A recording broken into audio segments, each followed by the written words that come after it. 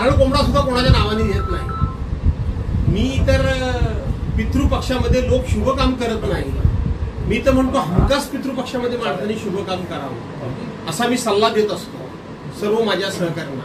का तर त्या पितृपक्षामध्ये आपले पितृ जे आहेत म्हणजे आपले पूर्वज आहेत ते खाली जमिनीवर आलेले असतात.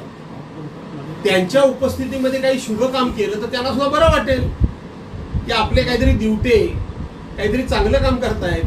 त्यामुळे रामदास कदम हे बेचित आरोप करणारा माणूस आहे. त्यांना काहीतरी उत्तर द्यावं लागतं. रामदास कदमांच्या फार बोलण्याकडे लक्ष देऊ नका. मी देत नाही. ते असंही म्हणाले होते की तुम्ही सुरतच्या बॉर्डरपर्यंत जाऊन आला त्यावेळी ज्यावेळी शिवसेना फुटली त्यावेळी.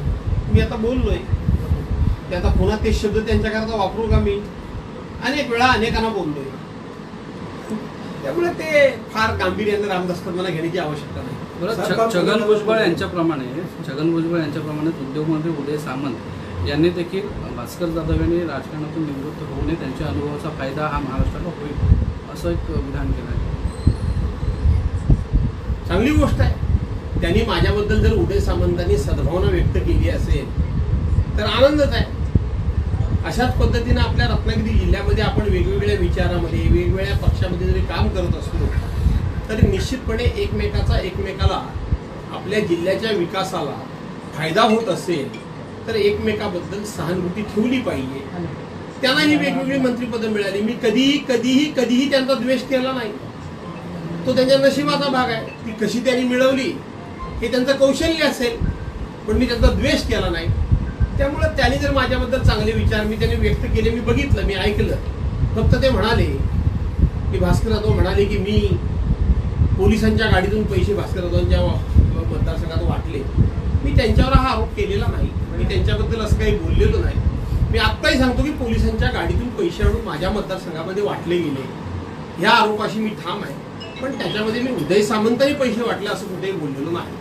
दुसरीकडे शिवसेना आणि मनसेच्या युतीबाबत नेहमी चर्चा सुरू आहेत गेल्या काही दिवसात.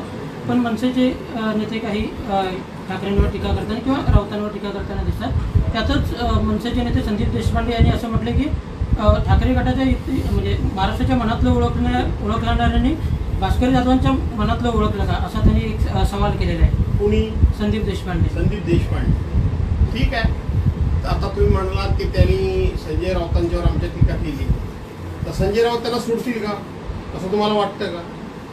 आज सुद्धा सकाळी 9 वाजता कदाचित संजय राऊतांनी त्यांचा समाचार घेतला असेल, नसेल तर उद्या घेतील.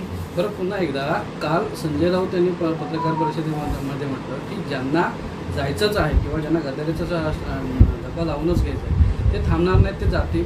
सत्तेची ज्यांना चटक आहेत ते जाणारच असं एक विधान केलं होतं तुमच्या